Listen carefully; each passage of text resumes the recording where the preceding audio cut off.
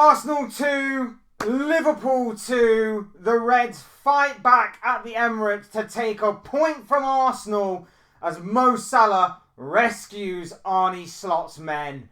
Hey guys, welcome to the channel. Welcome to another video. This is the instant match reaction to Liverpool's big 2-2 draw with Arsenal at the Emirates. Liverpool take a point in a game that wasn't exactly the best of performances from the Reds, but they did enough to secure a point, take a draw. And you know what? Away from home, with that kind of performance that we put in tonight, that will feel like a win. The standards of admittedly should be higher, but going away to Arsenal with how good of a squad they have, how good they are, obviously how well drilled they are, with the kind of poor performance that we put in tonight, that point will feel big to those Liverpool players. We're going to be talking about the game. We're going to be talking about the performance, the result from both sides of things, and everything else in between. But before we go any further, I would like to remind you all to please like the video and also subscribe if you're new. Both things are always and very greatly appreciated. Get involved in the comment section. Let me know what you guys thought about tonight's game. Your thoughts, comments, opinions, predictions, feelings, whatever you want to call it. I'm sure we'll make for great and interesting reading down below. So please do use and abuse that section, people, and talk to me about tonight's game between Arsenal and Liverpool in this big Premier League contenders clash. I'd love to know what you guys have to say on this. But without further ado, let's get on with the video. Let's talk Arsenal. Let's talk Liverpool. And let's talk the 2-2 draw that played out at the Emirates Stadium tonight. I mean, what a game. What a topsy-turvy, crazy game that was. It was a brilliant performance from Arsenal. I take nothing away from them. There were spells where Liverpool gained a bit more control, gained a bit more authority in the game, and started to really kind of turn the screw, so to speak, on the Gunners. But for the most part, Arsenal was sitting comfortably. Arsenal were fine doing what they were doing. And we didn't really test the goalkeeper that much. And it was only through certain moments of quality and certain pieces of luck, I guess you could say, that helped us get that point. Simultaneously, of course, from the Arsenal perspective of things, as much as they were really, really good, a lot of their joy outside of Bukayo Saka was down to two things. One, Liverpool shooting themselves in the foot time and time again, not being able to hold possession, not being able to do anything with the ball other than give it away straight to an Arsenal player who was then quick to transition from defence to attack. And the second part was not being able to defend from set pieces. Liverpool were very poor at that, especially in the first half, from deep free kicks and crosses from deep in general. Liverpool weren't great. So this point will feel big to them. It will feel big to them. It's not the result we want. It's not the result we desire. I think Arsenal, certainly with the couple of injuries, and we'll get on to more of the injury side of things a little later, but with obviously all the team news coming in throughout the week of, obviously, Saliba's going to be suspended. There's going to be no Odegaard still. Saka's a big doubt for the game. It did feel like Arsenal were there for the taking. And Mikel Arteta was doing his best to stir the pot, of course, throughout the week. He went from Bukayo Saka has a very little chance of playing to we shall see how it goes on Sunday to, oh, Bukayo Saka captains Arsenal in the starting 11. Truly a master of the dark arts, if that is what you want to kind of take away from that. But it was the England winger who was the star of the show, especially in the first half. He was electric in everything that Arsenal did. And that's what was kind of frustrating. Arsenal, with the exception of obviously their notorious set-piece master that they are, had basically one area to exploit in that first half, and that was down their right, our left. Bukayo Saka had Andy Robertson on toast. And that kind of scares me a little bit, because if Saka's been out for like a couple of games, obviously we haven't seen him since he went off injured during international duty, surely he can't necessarily be completely match fit. So for him to completely rinse Andy Robertson in the way that he did, and of course he was quite ineffective in the second half, and I think a lot of that was down to the way that Liverpool changed up. They changed personnel, they made a few changes, and they changed their tactics to be more assertive and just press Arsenal a little bit more. His influence dwindled as the game went on, as you probably would expect from doing that, and as you'd hope from a Liverpool fan's perspective at least. But the first half, everything good to do with Arsenal pretty much came through him. And he gets the opening goal. And it's all down to mistakes from Andy Robertson. Gary Neville, for whatever reason, is blaming Virgil van Dijk. I'm not 100% sure what his reasoning was, but for some reason he was blaming Van Dijk. Maybe there's a bit of jealousy there. Maybe he just doesn't like Liverpool. Maybe all of the above. But yes, he was blaming Virgil van Dijk when I think it should have been Andy Robertson. He plays him onside. He doesn't know where the ball is. He loses control and loses where both the ball is and where Bukayo Saka is. And eventually, Saka just picks the pieces off, steadies himself, has great composure, and then with ice running through his veins, fires into the near post of Keeman Kelleher. Kelleher, by the way, didn't really put a foot wrong. He didn't really stand a chance for either of the two goals. And all he really had to do, apart from make one or two stops that you probably would expect a goalkeeper, even a second choice goalkeeper like Kelleher, to make, he made them. So I don't really think that he had a great deal to do. He didn't really pull off any stunning saves or anything like that. So, unfortunately for Kelleher, that was the story with him. And then, from being assertive and a bit dominant, Liverpool grew into the game a little bit more. They had a bit more control for the next 10 minutes or so.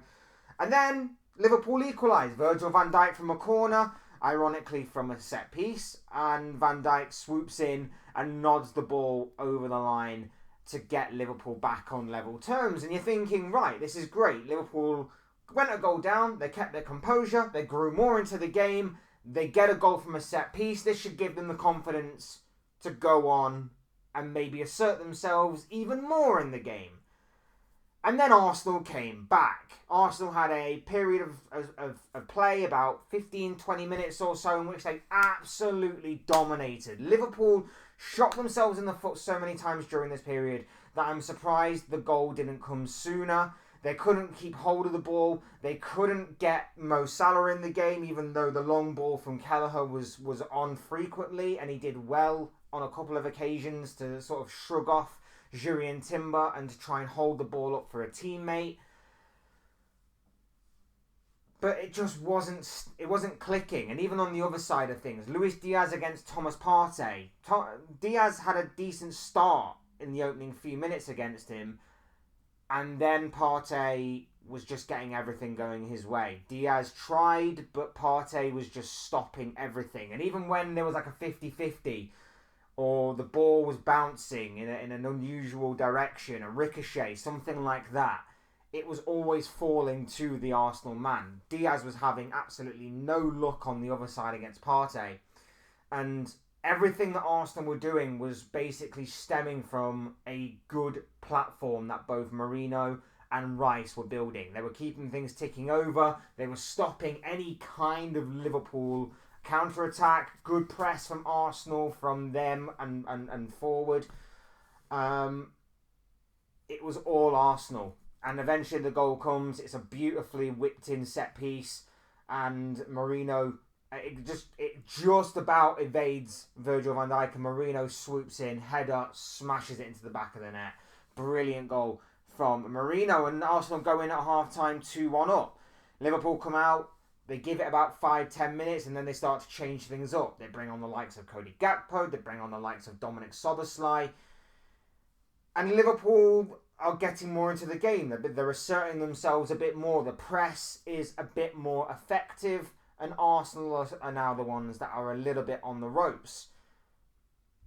Liverpool don't really make that pressure count. Arsenal get back into the game. until the one moment of brilliance from Trent in this whole game. He had I'll get on to individual performances in a second, but the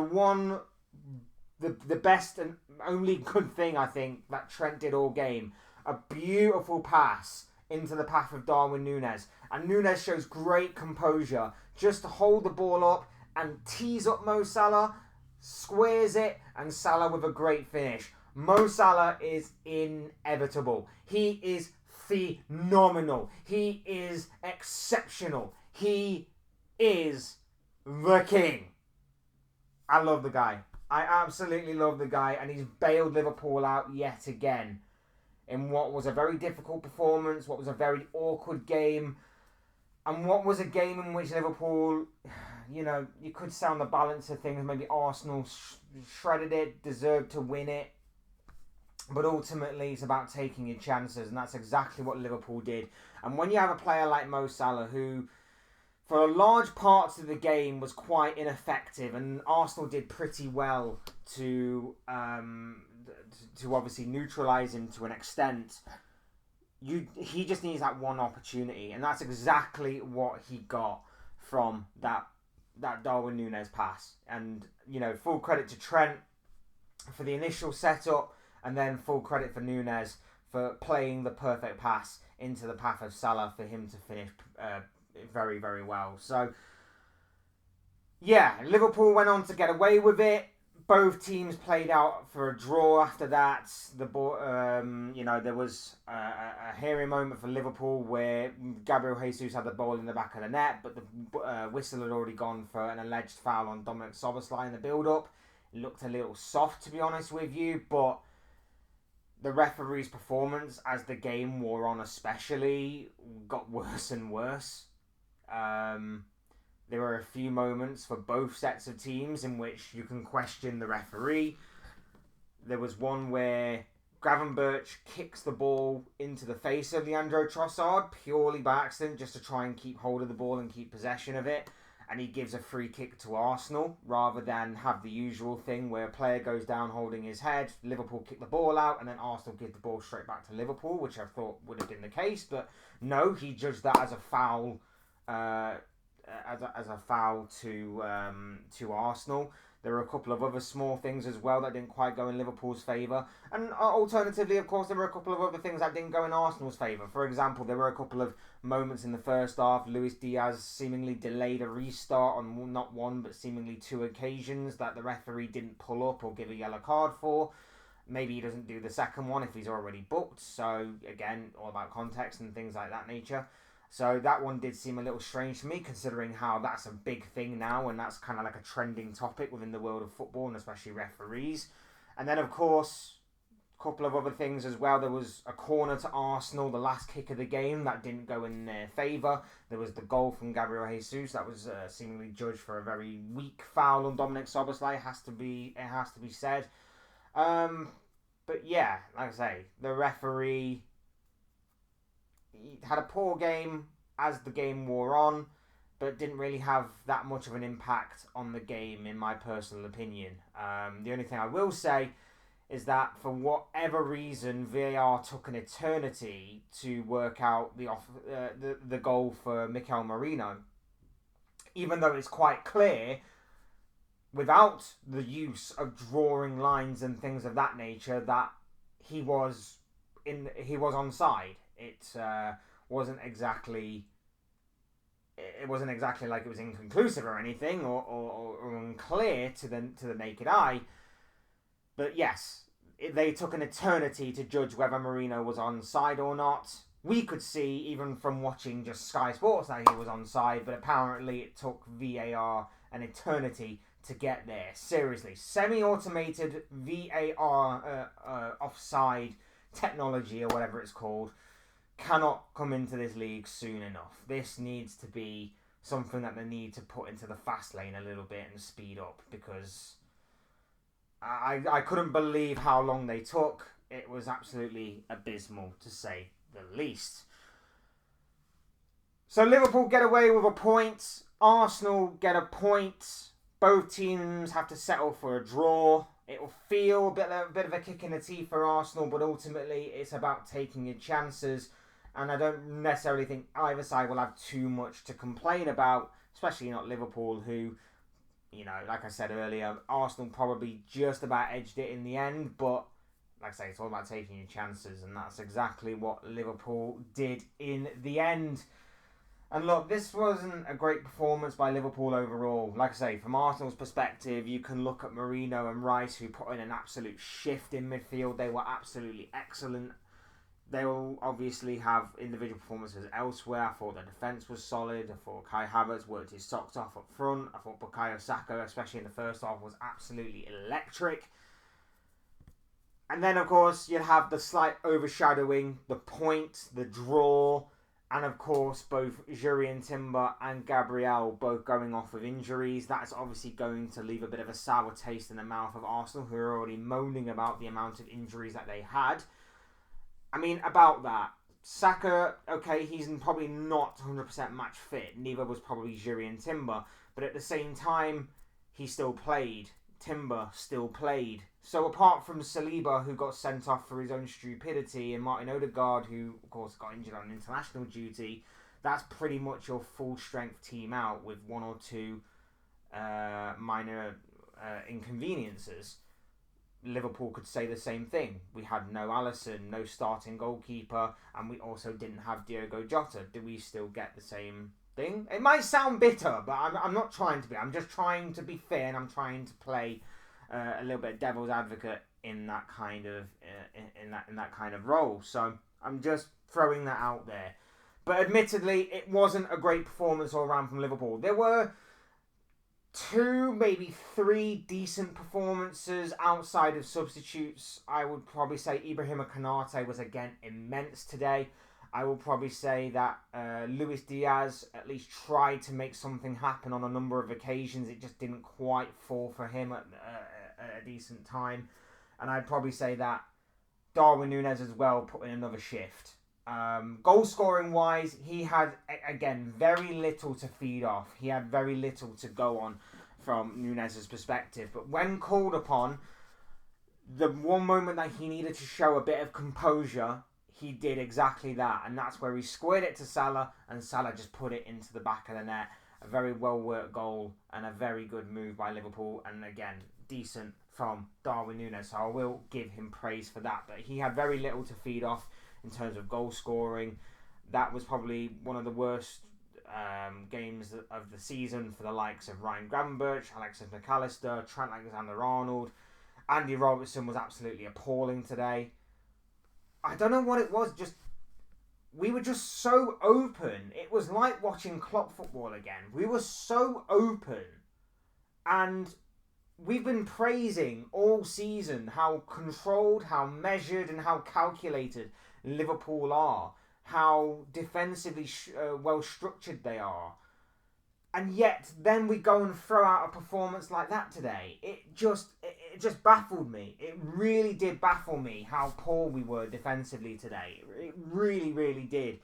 And it didn't make for a great watch for a Liverpool fan. We were poor. We couldn't keep hold of the ball. And every time we turned it over, we looked very nervy, very shaky. Like I said, the only man at the back that really kept his head and composure was Konate. Didn't think Van Dijk was too bad in all honesty, but there was just 1 or 2 moments where it was like, it was just worrying to watch. And the fullbacks just weren't at it. Our midfield was non-existent. I thought, and this is one thing I will criticise Arne Slot for, I've been calling for Dominic Szoboszlai to be dropped for a few weeks because you can probably afford to drop him against, the likes of maybe your Bournemouths, maybe your maybe your other kind of games that we had, when we had before the international break. Crystal Palace's, for example. You can maybe afford to drop him for those kinds of games because you still should have the overall quality to win. But I thought his decision to drop Szoboszlai today was strange.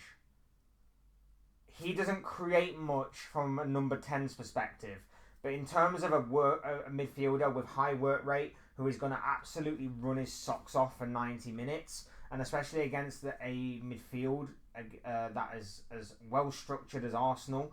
He can still take the ball and he can still drive forward with it, and I thought this would be his kind of game today, where he would need to put in a shift, but he could also go out there and maybe express himself a little bit more, especially when we would have the lion's share of possession in moments. And for whatever reason, he just didn't decide to go for Szoboszlai today. I thought that was a bit of a strange decision, and I thought it was the wrong decision from Arne Slot in the end. But he did rectify it, he did put him on, and obviously Szoboszlai was on the pitch when we did equalise. So I did think that was a bit of a strange decision overall. Like I said, I think there's a lot more work to do. It's not perfect, but you know what? A point on the road, a point at Arsenal, a point against a top contender. It's not perfect. It's not amazing by any stretch of the imagination, but it could prove to be a big point at the end. And you know what? We get a very difficult game out of the way. We get the Emirates out of the way as well. We get them back at Anfield later on in the season. So, you know what? I'll take it. I'll take it as well based on how poor we were in large parts of the game. I feel like we got away with one a little bit today. But again, can't argue with Mo Salah. Just absolutely inevitable. And like I say, he doesn't need to play a good 90 minutes. Like I said about Trent earlier, how one moment doesn't exactly make up for what was a very poor display from Trent. Some of his passing today was absolutely abysmal. And then he goes and does one pass which unlocks the Arsenal defence, allows Núñez through to play the ball back to Salah for him to just score. Absolutely beautiful in my opinion, and you know, somewhat goes a long way to making up for it. You know, it's not perfect by any stretch of the imagination. I want my players to be on it from the first whistle to the last. But there you have it. We get away with it. We leave the Emirates with a point. And that's going to feel like a big point. It's going to feel like a win. It's going to be brilliant for us. As for Arsenal, like I say, there'll be a bitter taste in the mouth of Arsenal. They'll feel a little bit hard done by that they couldn't hold on again. I'm sure we'll be hearing about the referee from their perspective, and about how poor he was, and about how awkward he was, because that seems to be a common thread. Just saying. But no, in all seriousness, they played very well today. They did play very well. And I'm sure we'll hear again the injury angle from the perspective of Arsenal fans. We had no Saliba who was suspended, and we had no Odegaard, and no this player, and no that player. Yeah, we get it, mate. We get it. But yeah, Arsenal play very well. They can hold their heads up high. They can take a lot of positives from this game. And they can bounce back. They can easily bounce back. This will probably reinstall some of the confidence that they lost maybe at the loss to Bournemouth. Maybe at the... I know it was still a win, but a lot of Arsenal fans were still unhappy by the performance against Shakhtar in midweek. It's going to be something that they can still build upon. So for Arsenal, not perfect, but something that they can take a lot of positives from. For Liverpool, I guess the positives you can take is, once again, Mo Salah is phenomenal. And we can also play quite poorly and still go to a top contender and get something from that game away from home. So I'm trying to be positive on this as much as possible. But it is clear there are still some issues within that team. It's still clear that there is still not completely clicking. It's not completely there yet. I wouldn't expect it to be either completely there right now. But you know what? A point away at Arsenal, if you were to offer me that before the game actually kicked off, I would have took your hand off with it. So yeah, I'm happy with a point. I'm happy with the draw. I want to know what you guys think, though. These are, of course, the thoughts, comments, opinions, predictions, feelings, whatever you want to call it, of this guy on a night in which Mohamed Salah rescues Liverpool with an equalising goal. Liverpool draw with Arsenal 2-2 at the Emirates Stadium.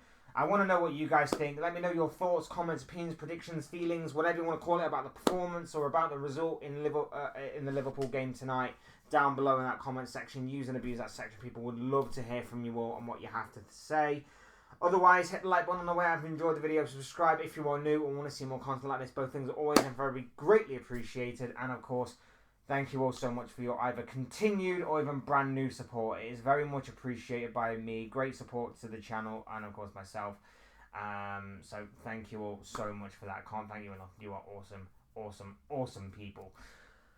I've been Fletch. This has been another instant match reaction to Liverpool's 2-2 draw with Arsenal tonight. Fingers crossed that the Reds continue their improvement later on down the line. And I will see and speak with you all again soon in another video or live stream or whatever it may be. Cheers guys, thanks everyone for watching. Take care, enjoy the rest of your night. Speak to you all again very, very soon.